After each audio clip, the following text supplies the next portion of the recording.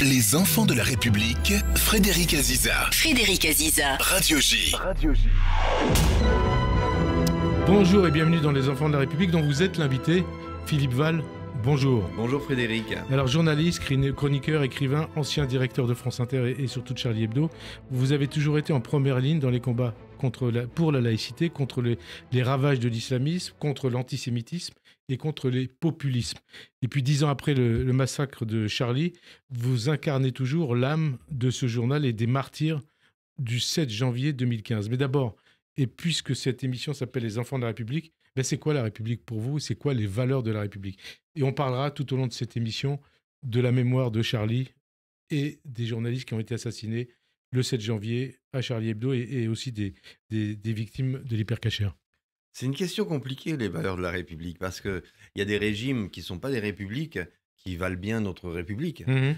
Voilà, le Danemark est un royaume, et l'Angleterre... Alors, puisqu'on est en France, on parle des valeurs de la République. Voilà, on parle des valeurs. Alors, ce sont des valeurs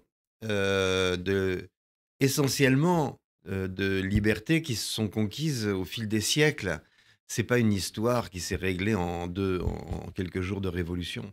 C'est des siècles et des siècles, je dirais presque à la base, d'attention au corps de l'autre. On fait attention à ce que...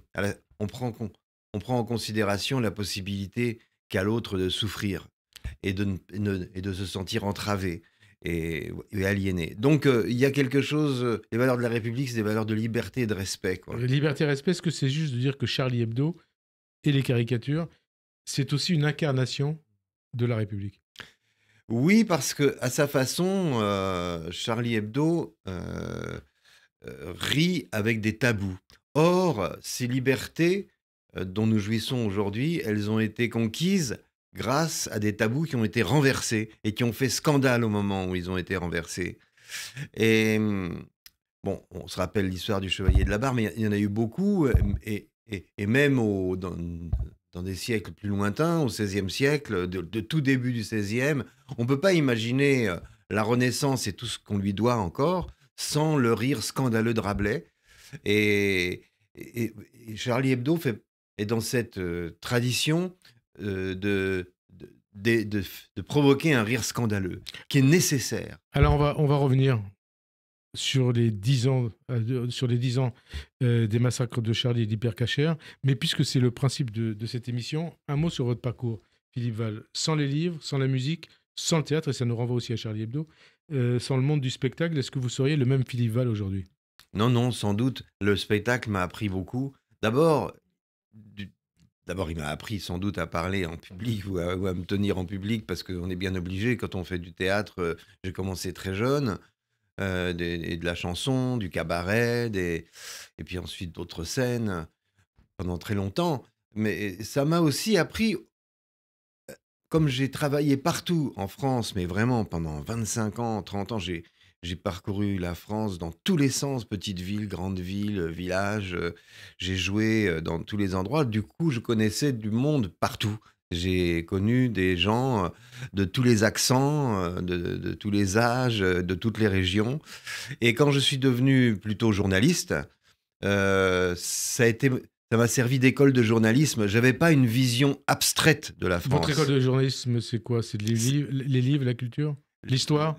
Oui, et puis ces rencontres dans toute la France pendant 25 ans, où ça m'a donné une connaissance absolument pas abstraite du pays. Je connais les reliefs, je connais les gens, je connais je connais avec mes capacités de compréhension qui sont limitées, mais enfin, en tous les cas, j'en suis servi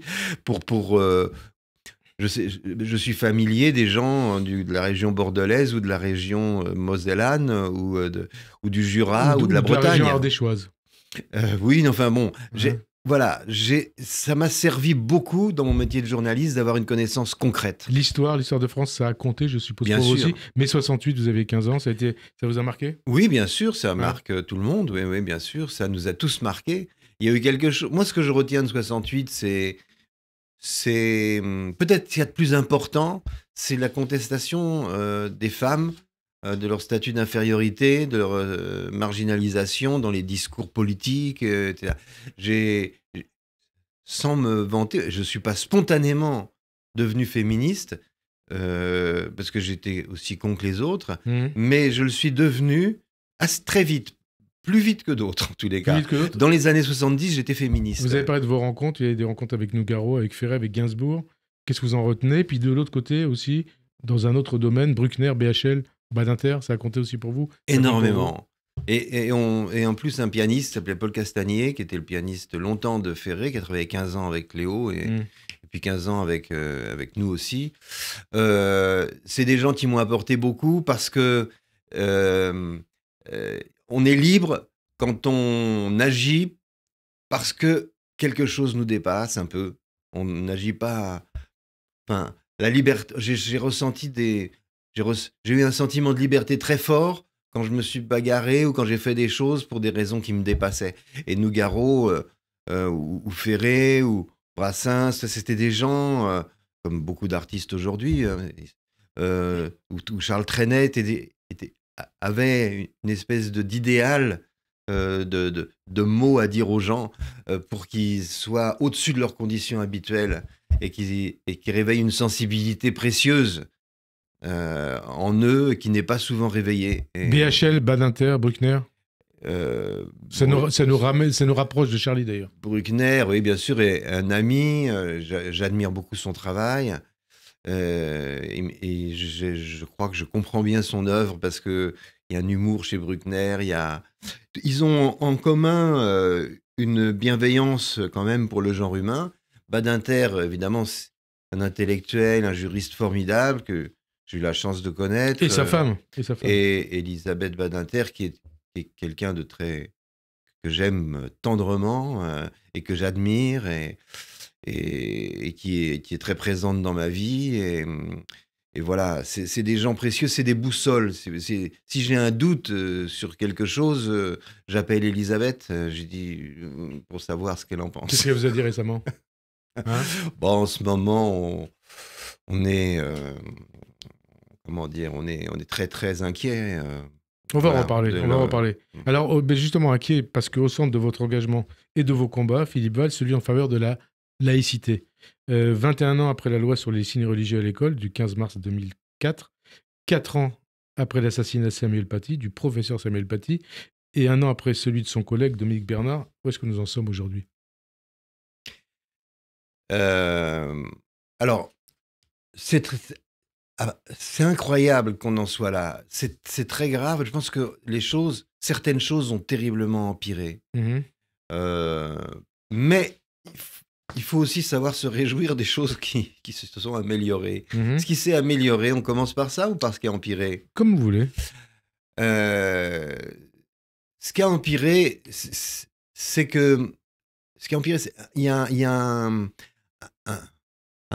un monde intellectuel, un monde médiatique, un monde politique, un certain monde politique qui a nié la réalité. Et ce monde politique, ils ont toujours nié la réalité. La réalité de quoi? De l'islamisme?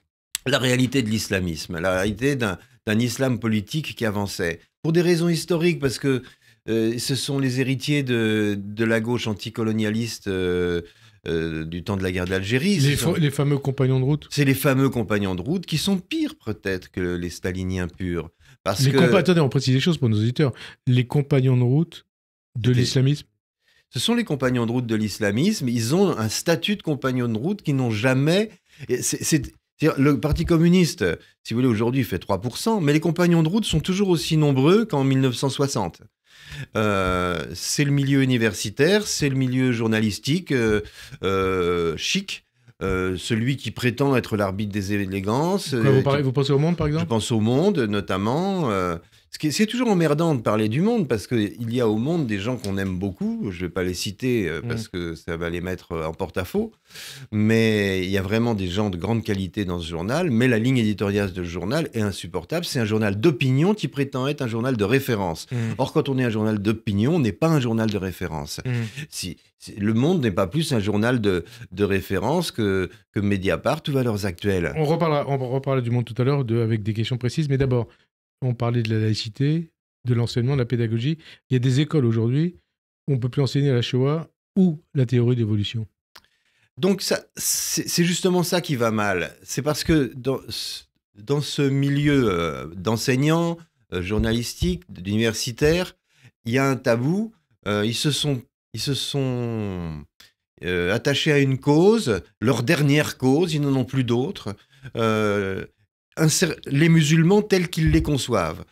Alors, comment conçoivent-ils les musulmans? Un musulman, ça ne doit pas être comme Boualem Sansal, ou un arabe ne doit pas être comme Boualem Sansal, ou comme Sophia Aram, ou comme Kamel Daoud. Un arabe, c'est un type dont la femme doit être voilée, dont les enfants doivent aller à la mosquée tous les jours, tous les jours, enfin je sais pas, les jours prescrits. C'est ça un bon arabe. Et il doit être à fond pro-palestinien et il doit être pour une Palestine qui va de la rivière à la mer. C'est ça un bon arabe. Mais pour qui? Vous parlez de ça LFI pour par le exemple LFI, mais pas que LFI. C'est aussi un monde universitaire, c'est Sciences Po, c'est comme on l'a vu, enfin une partie de Sciences Po. En gros, pour vous, c'est ce qui va pas. Oui, parce qu'ils sont prescripteurs. Ils sont prescripteurs d'un certain type d'infos. Et c'est la raison pour laquelle les professeurs ne sont pas assez protégés. Les professeurs ne sont pas assez protégés contre la violence à laquelle ils sont confrontés. C'est la violence des élèves. Parce que il a fallu qu'un professeur se fasse égorger, 2 professeurs après, parce qu'il y a Bernard après Paty. Donc, pour qu'on commence à prendre la mesure de la terreur qui règne. Et vous vous souvenez d'une chose, c'est que beaucoup ont oublié que le premier professeur à s'être fait assassiner, c'est le professeur Sandler en mars 2012. Absolument. À l'école Ozaratora de Toulouse.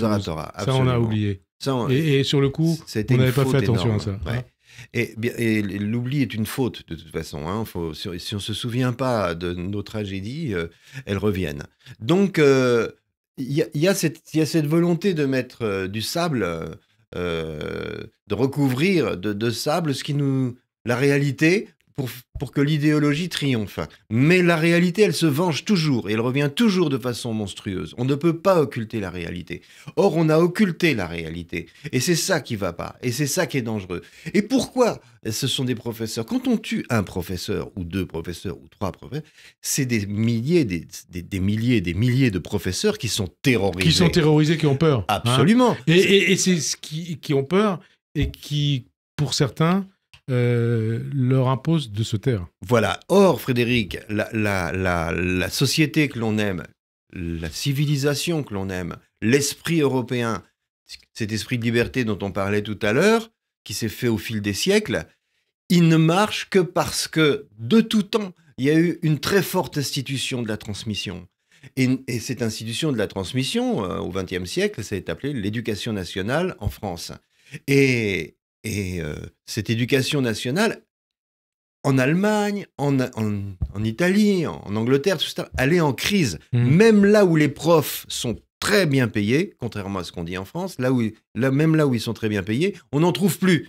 Il y a une crise des vocations de la transmission, car la transmission est une vocation. Et pourquoi y a-t-il une crise de la vocation? Pas simplement pour des raisons économiques, c'est parce que l'autorité du savoir qui donne du sens au métier de professeur, l'autorité du savoir est contestée. Donc les gens qui sont capables d'être professeurs, ils préfèrent faire un autre métier où ils sont mieux payés et où ils ne sont pas menacés. Et où ils sont respectés. Et où ils sont respectés. Et ils sont respectés. Le respect, c'est important. Hein? Oui, le respect de l'autorité du savoir. 2 et 2 font 4. Et le principe d'Archimède et la théorie de l'évolution et la Shoah. Alors, plusieurs enquêtes portant sur l'adhésion des élèves français à la laïcité indiquent que les élèves, et singulièrement les élèves d'origine musulmane, rejettent majoritairement la laïcité à la française. Qu'est-ce que ça dit de l'état de la France? Alors, je pense que ce dernier sondage qui montre par ailleurs que même la liberté d'expression comme une nécessité, si vous voulez, n'est jugé être une nécessité que par un faible pourcentage de jeunes, plus faible que les adultes, c'est quoi? Tout le monde dit « Ah, c'est horrible ». Mais qu'est-ce que ça veut dire? Ça veut dire qu'on a pris l'habitude, c'est un pli, de déguiser la peur... Avec des chiffres encore plus terrifiants du côté des filles. Hein. Encore plus terrifiants du côté des filles. Chez les jeunes musulmans, ça se comprend puisqu'ils ont été éduqués pour contester ça. Ils ont été éduqués et là, on pourrait dire que c'est presque pas de leur faute parce que les jeunes gens d'origine arabe dans les années 70, ils pensaient pas ça. Hein. Je le sais parce que je les fréquentais partout où j'allais en France. Bon. Donc, il y a eu un vrai recul. Qu'est-ce qui fait qu'il y ait cette régression? Ça n'est pas une conviction chez un enfant de 13 ou 14 ans de dire que la liberté d'expression et le droit au blasphème, c'est pas nécessaire. Ça n'est pas une conviction. À cet âge-là, on n'a pas cette conviction-là. C'est une peur et c'est un confort. C'est eux-mêmes, ils sont comme les profs. Ils veulent pas d'emmerde avec leurs condisciples. Ils veulent pas d'emmerde avec leurs copains. Et comme ils savent que leurs copains veulent pas qu'on plaisante de ça, pour pas se mettre en danger, ils disent « Ah ben on est contre ». Donc c'est la peur. Vous dites c'est la peur ou vous dites c'est les ravages de la cancel culture et de l'indigénisme qui voient tout sous le prisme de la race. Mais la cancel culture et tout ça, ça n'est jamais que... Et le wokisme, c'est jamais que des arguments moraux ridicules dictés par une peur secrète de l'autre. Et une fois de plus, assigner les Arabes à un certain profil religieux, oppresseur de sa femme, voilant sa femme, envoyant ses enfants dans des écoles puritaines, etc. Bon. C'est être raciste et ça se fait au nom d'un antiracisme, mais c'est profondément raciste. La preuve, c'est quand même le sort médiatique à gauche de Boualem Sansal. Enfin, c'est hallucinant. Boualem Sansal, bon, on va en parler. Boualem Sansal, il croupit dans une prison algérienne et on n'en parle pratiquement pas en France. On n'en parle pratiquement pas. Ou alors pas. on dit, une partie de la gauche.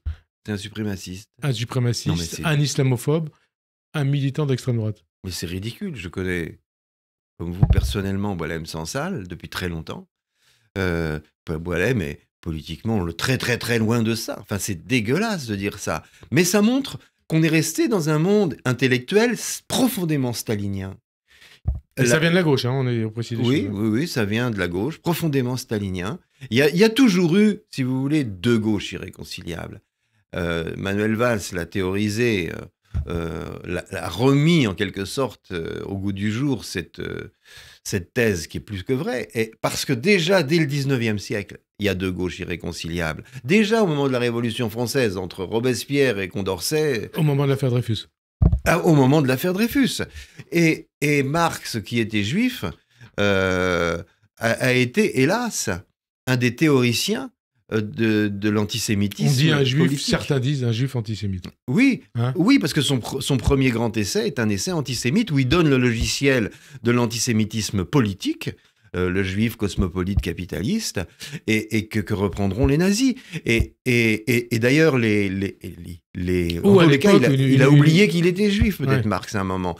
Et d'ailleurs, enfin, c'est très grave, parce que on voit au moment de l'affaire Dreyfus, mais on le voit aussi parce que nos penseurs socialistes de la fin du 19e, ou libertaires comme Proudhon ou Blanqui, ils sont antisémites.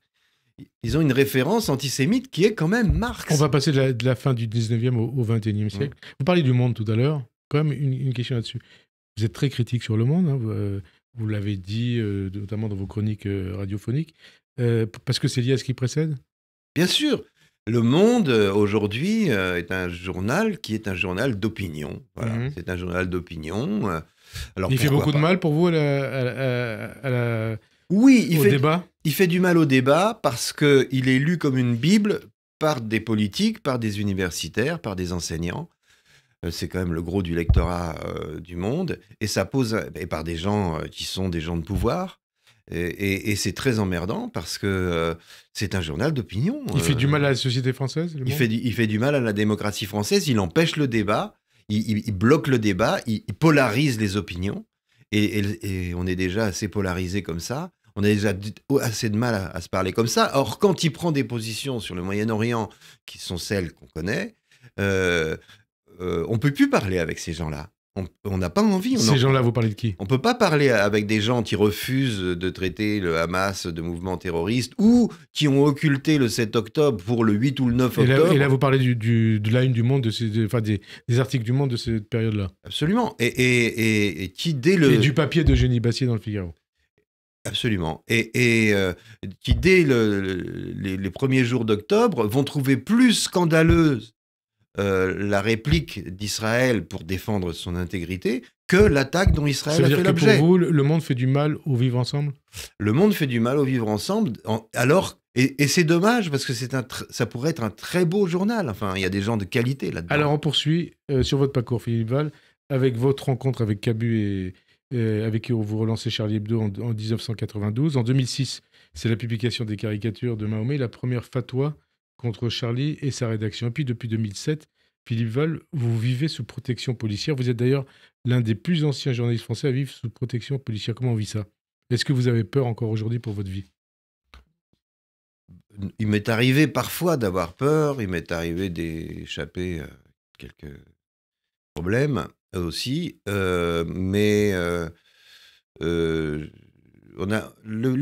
j'ai discuté de ça un jour, quand j'étais à France Inter avec Salman Rushdie qui était venu en France, et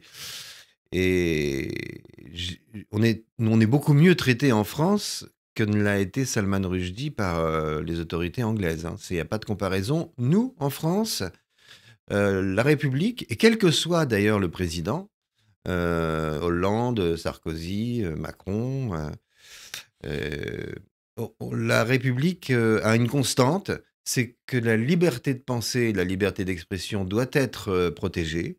Ça, c'est l'État c'est bizarrement l'État qui pense ça, entre guillemets, bon, et qui organise. Mais la société ne pense peut-être pas ça et la censure, le désir de censure vient de la société.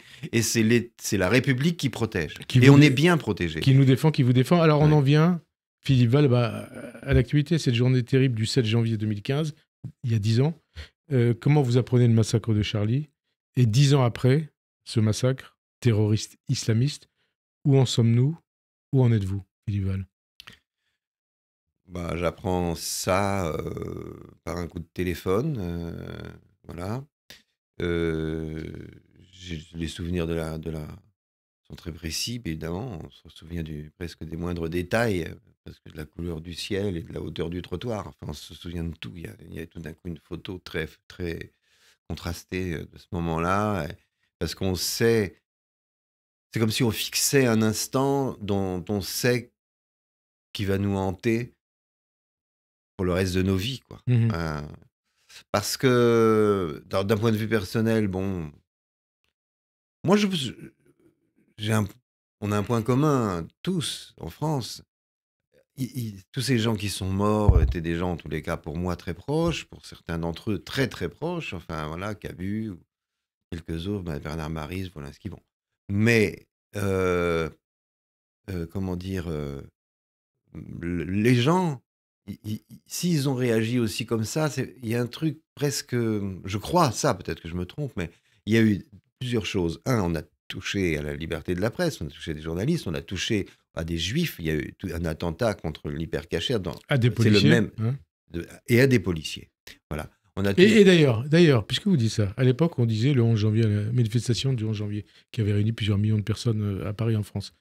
Je suis Charlie, je suis juif, je suis policier. C'est très intéressant. 10 ans après. Et d'ailleurs, si à l'époque, il n'y avait eu que l'attentat contre l'hypercachère, est-ce que la France se serait levée comme elle l'a fait le 11 janvier? C'est très difficile à dire. C'est très difficile. Je sais pas. C'est très difficile. Mais il y a un truc qui n'est même pas politique. Je pense que dans tous ces morts, en plus, il y avait quelqu'un qui représentait quelque chose qui n'a rien à voir avec tout ça. Je pense que Cabu, parce qu'il a fait beaucoup d'émissions et qu'il a charmé tellement d'enfants avec ses dessins chez Dorothée, moi, je sais, parce que j'étais souvent dans les trains ou dans les villes, dans les cafés avec Cabu, la façon dont les gens aimaient Cabu, c'est une façon enfantine. Et que je pense que la mort de Cabu a été une Et étincelle. vous l'avez connu, je l'ai connu, c'était quelqu'un de délicieux, de modeste, Oui, modeste, oui, de généreux, oui, oui. Et d'intelligent. un génie du dessin. Et un génie du dessin. Et donc, je pense que la mort de Cabu a été une étincelle. Plus c'est pas politique, c'est...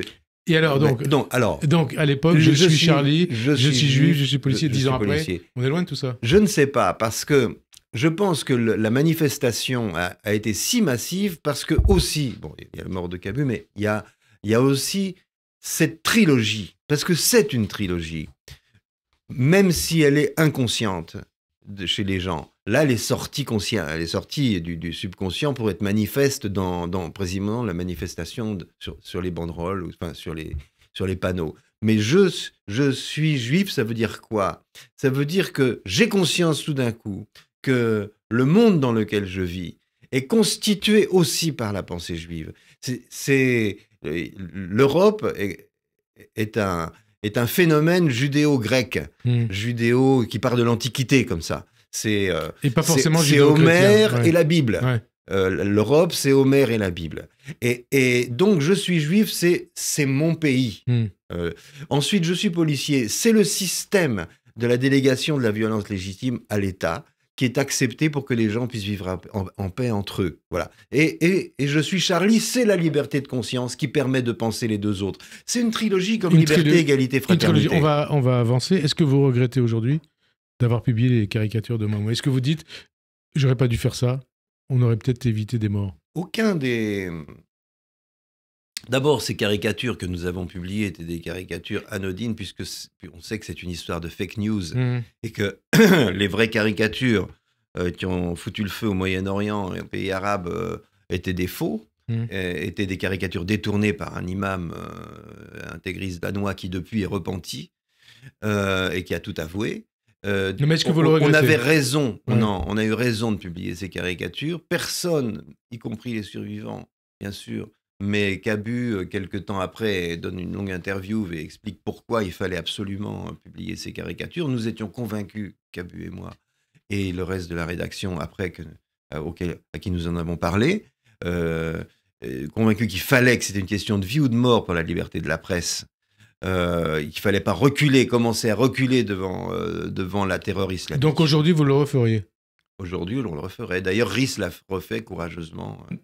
Le directeur de Charlie. 10 ans après le massacre de Charlie, vous êtes d'ailleurs, Philippe Val, pris pour cible, notamment dans un livre, le livre Le Charlisme, que vient de publier le journaliste Daniel Schneiderman, qui vous accuse notamment d'être à l'origine, je le cite, d'une dérive islamophobe du journal. Il écrit même, je le cite, dans ses bagages, Philippe Val, donc à Charlie, apporte une invitée inattendue, la guerre de la civilisation contre la barbarie, la branche armée du futur charlisme est fondée.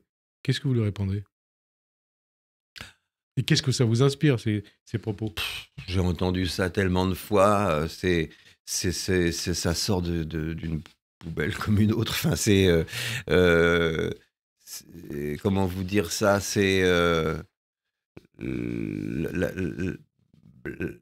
Charlie n'a jamais été en guerre contre personne. Charlie est un journal d'idées. Donc, la barbarie, oui, ça existe. Ou alors, Daesh, c'est les 101 Dalmatiens, quoi. Non, faut pas déconner. Donc, voilà, Daesh, c'est comme ça. Ou alors, le World Trade Center, c'était juste le 14 juillet. Non, mais il faut pas se foutre du monde comme ça. Et alors, qu'est-ce que vous lui répondez à Schneiderman? Il fait partie, voilà, de cette espèce de galerie. C'est un radical d'un négationnisme de la réalité. Bon, mais il y en a plein, des gens comme lui. C'est tellement banal. Vous direz la même chose de Pascal Boniface? Oui, c'est des gens... ils sont... Et je cite Pascal Boniface, c'était le 19 septembre 2012. Lui aussi... La tradition libertaire de Charlie Hebdo appartient depuis plusieurs années déjà au passé du journal, qui joue maintenant à fond la carte beauf raciste. Il faut faire tomber les masques et dire que Charlie Hebdo est devenu un journal populiste et non plus libertaire. Il n'y a rien de courageux à taper sur les musulmans de France à notre époque. Mais vous vous rendez compte, mais qui est mort?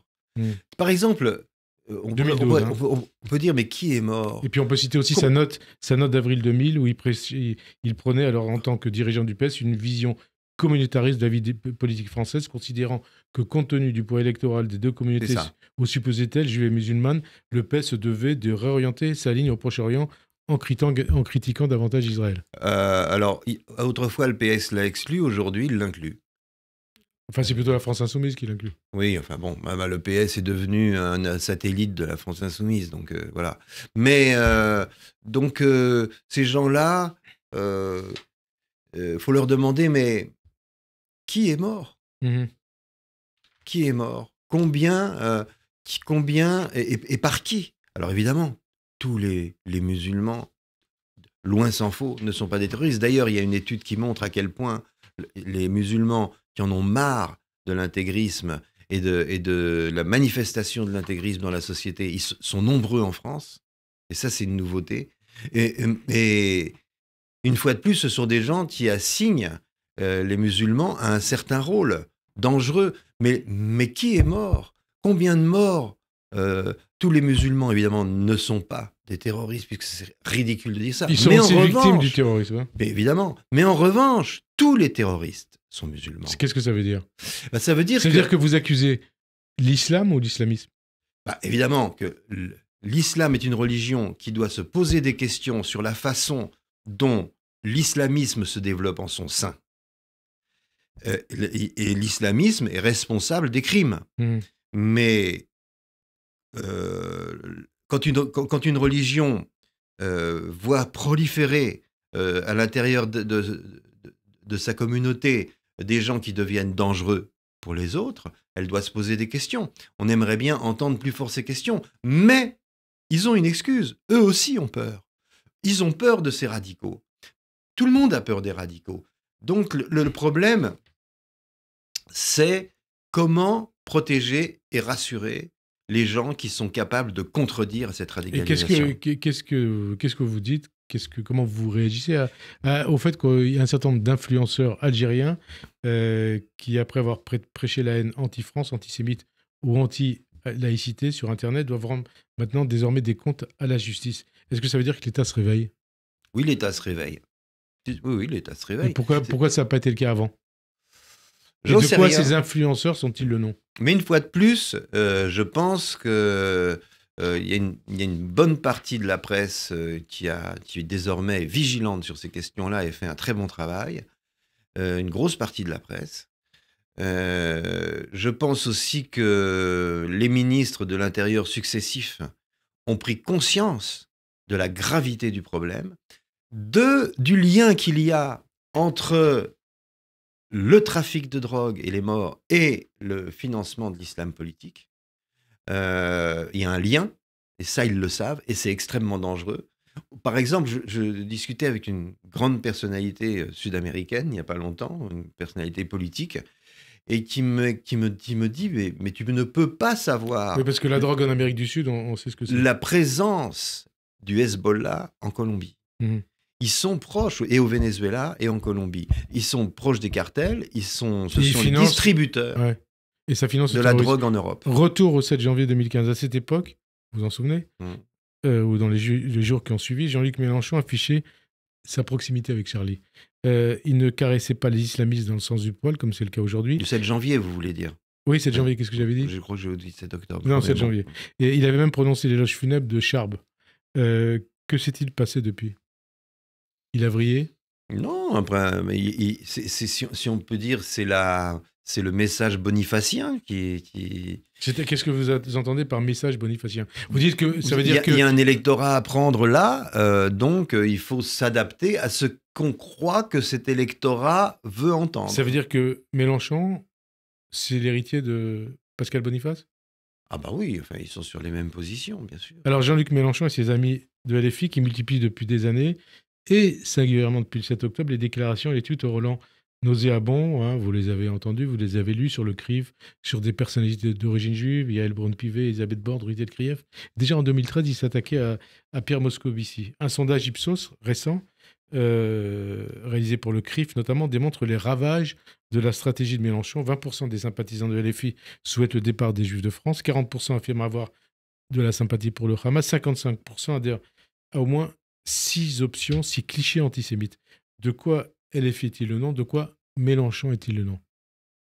Il est vraiment l'héritier de cette gauche antisémite. C'est marrant parce que ça scandalise tout le monde quand on parle de Doriot et de Mélenchon. Vous dites Mélenchon, c'est l'héritier de Doriot?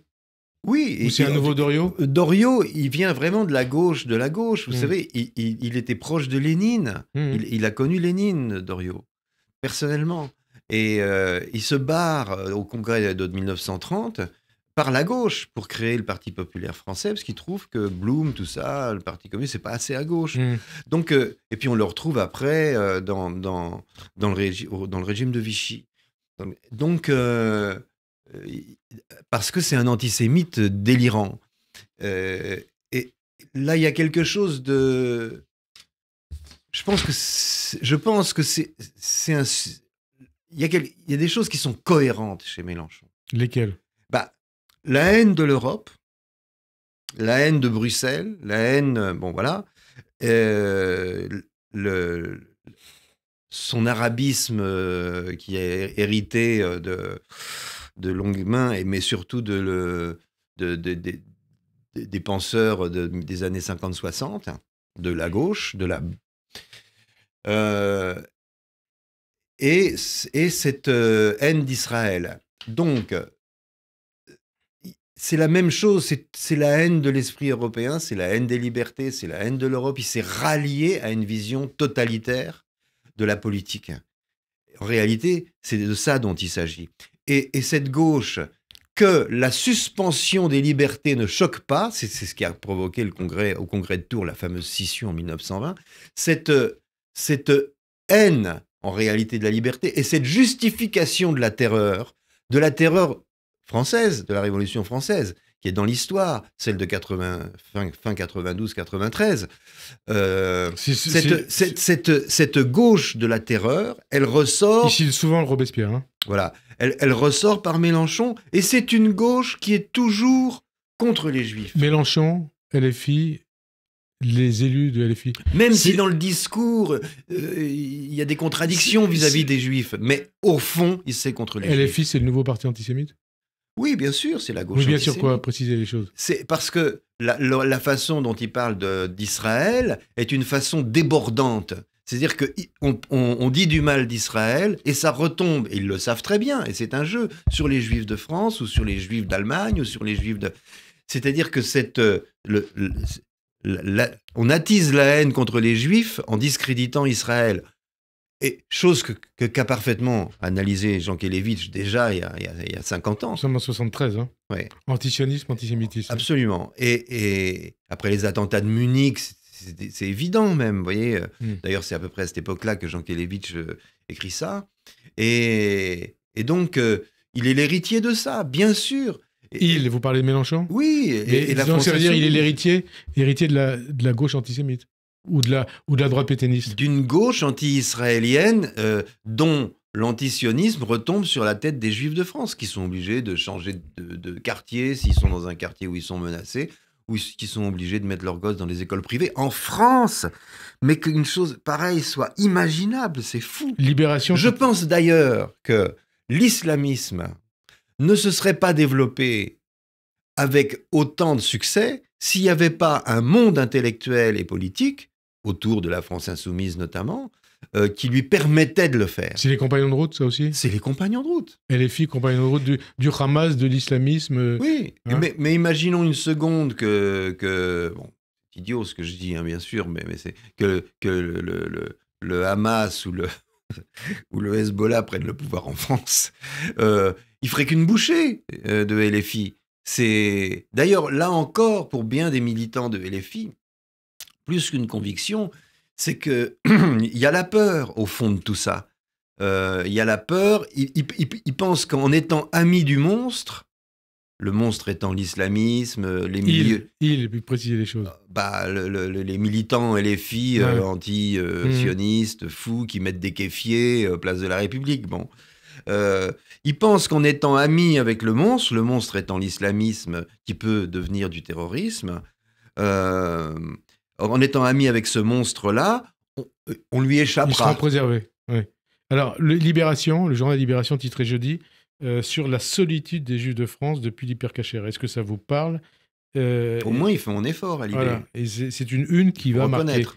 Et donc avec des papiers à l'intérieur notamment, indiquant que la communauté juive est inquiète et sensibilisée à l'idée du départ. Comment en est-on arrivé là? On en est arrivé là à cause de tout ce dont on vient de parler.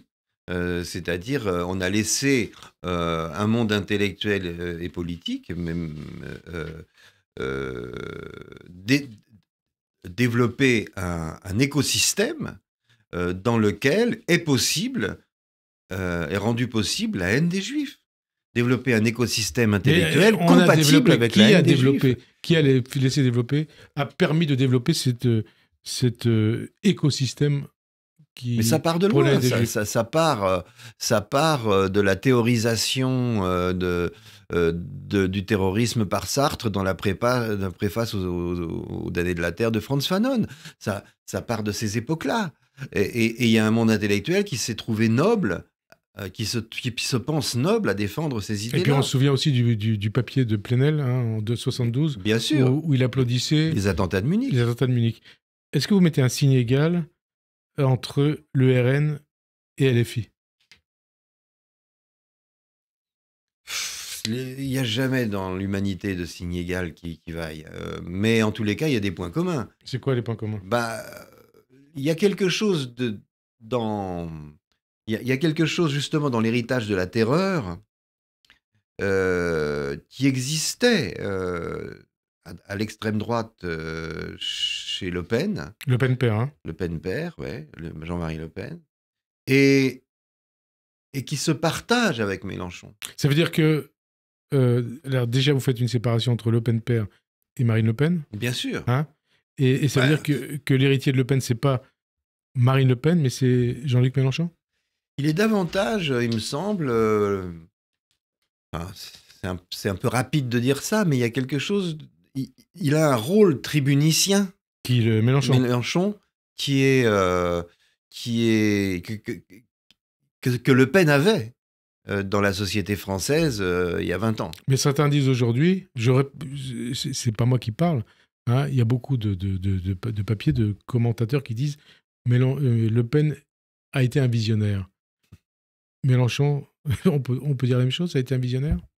Non, pas du tout, mais Le Pen non plus d'ailleurs. Oui, mais je dis pas, c'est pour ça que je vous pose la question. Il y a des gens qui pensent que Mélenchon est un visionnaire quand il veut transformer la France en Corée du Nord. La mort de Le Pen, justement, la mort de Le Pen, elle change quoi pour le RN, pour la vie politique française et pour la suite?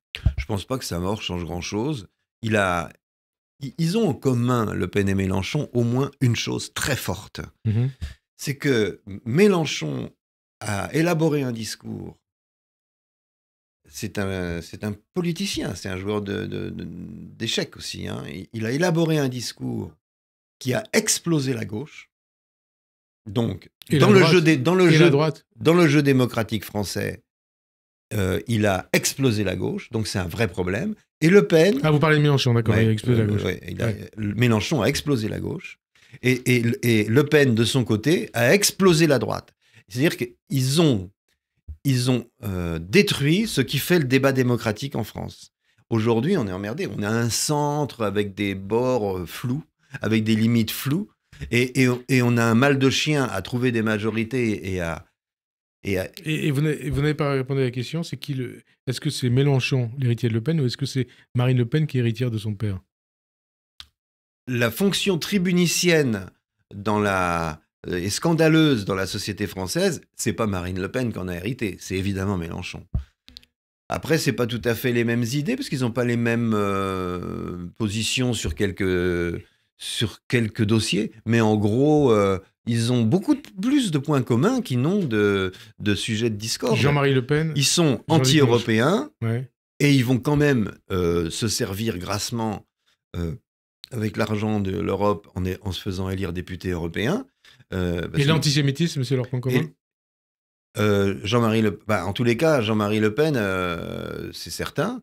Et Mélenchon, il a rallumé la flamme de l'antisémitisme à gauche. Second tour Mélenchon-Le Pen en 2027 ou avant, qu'est-ce que vous faites? Je m'abstiens. Je ne vote ni pour l'un ni pour l'autre parce que moi, comment vous dire, ma formation politique, elle est pas très bonne. Je suis pas un expert.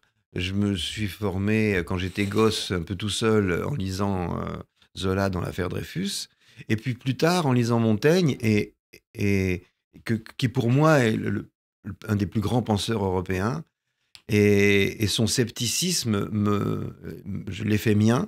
Et j'ai une horreur absolue des extrêmes. Dernière question, c'est quoi, Philippe Val, aujourd'hui, vos raisons d'espérer comme celle de désespérer? Ma raison de désespérer, c'est de... Je pense que l'antisémitisme, c'est vraiment la grande question européenne. Et qu'il faut se battre, et qu'il faut qu'on gagne. Et que depuis le 7 octobre, il faut arrêter d'être défensif. Et qu'il faut changer de discours, et qu'il faut être offensif. Il faut être séduisant. Il faut qu'on amène les gens à nous, et c'est pas évident. Parce que faut non seulement avoir des idées, mais il faut avoir du charme. Ensuite, ma raison d'espérer, c'est que, alors, de mon petit point de vue, quand je sens bien que quand on a publié les caricatures en 2006, on était très, très isolés, et qu'aujourd'hui, nous le sommes moins. On a beaucoup plus d'amis, dans toutes les rédactions, d'ailleurs y compris au Monde, et on a beaucoup plus de complicité, et il y a des journaux que je trouve formidables, ce qui n'était pas le cas il y a quelques années, mais j'ai très peur que les réseaux sociaux continuent à fracturer la société. Ma raison de désespérer, je pense que c'est... Les réseaux sociaux? Oui, c'est cette jungle qui prospère à côté de l'état de droit. Avec Elon Musk à la tête. Merci en tout cas, Philippe Val, d'avoir accepté de participer à cette émission 10 ans après. 10 ans après. Bonne fin de journée sur Radio J et à dimanche prochain. Merci Frédéric.